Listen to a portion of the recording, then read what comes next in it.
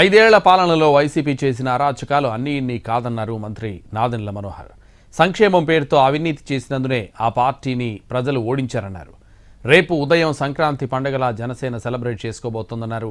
రేపు సాయంత్రం దీపావళి పండుగలా నిర్వహిస్తామన్నారు. కూటమి ప్రభుత్వం ప్రజల కోసం అంకిత భావంతో పనిచేస్తోందని చెప్పారు.